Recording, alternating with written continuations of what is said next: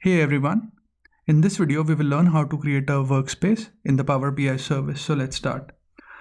Before we begin, just a side note that you need to have a professional or a premium license to create a workspace in Power BI service.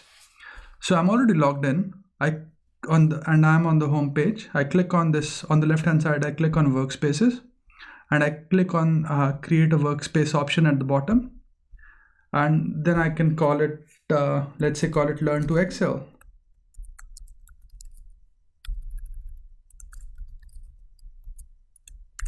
Workspace for my channel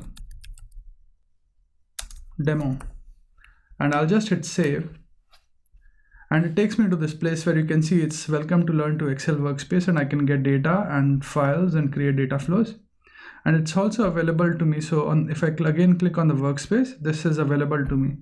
So if I click on it, it gives me the options. So in this video, we've learned how to create a workspace in the Power BI service. I hope you find this video useful, and thanks for watching this video. Please do subscribe to my channel and like my videos if you enjoy what I'm doing. Cheers, bye.